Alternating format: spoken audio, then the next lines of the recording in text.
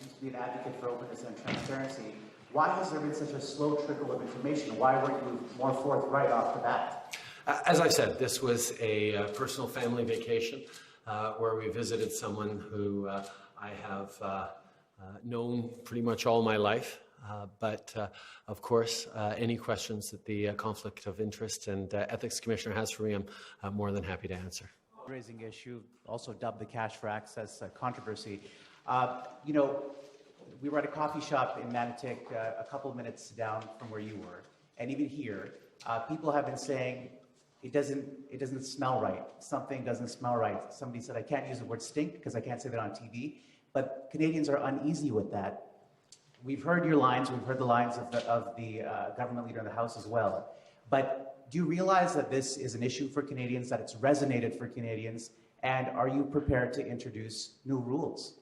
I think the first thing is to reassure Canadians that at the federal level, we have extremely strict rules around fundraising, maximum limits on personal donations that need to be respected and are respected, a ban on corporate and union donations, and transparency and disclosure for any donations made. So the fact is, there is already stronger rules on the federal side than we find in many places across this country. But part of this tour is also demonstrating the level of openness and accessibility that I campaigned on and that Canadians want to see from their government. We are listening to everyone, and that is what Canadians expect from their leadership. Good afternoon, Prime Minister. David Aitken, the National Post. Again, I'd like to ask another question about the vacation. You traveled on the Challenger to Nassau, and the Aga Khan's Island is 115 kilometers from Nassau. Could you explain how you traveled from Nassau to the Aga Khan's Island? Yes. The travel back and forth from Nassau to the island happens on the Aga Khan's private helicopter, which he offered us the use of.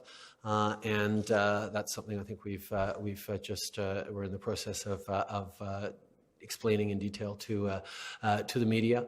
And it's something that certainly we look forward to discussing with the Conflict of Interest and Ethics Commissioner.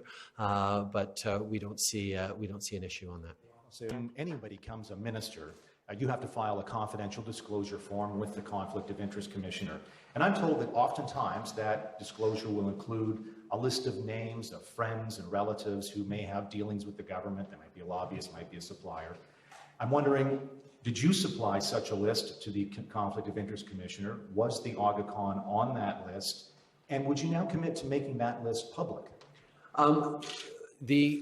Any public office holder or MP has to submit and answer a very detailed questionnaire from the Conflict of Interest and Ethics Commissioner on a broad range of things, from personal bank accounts to business interests to properties held.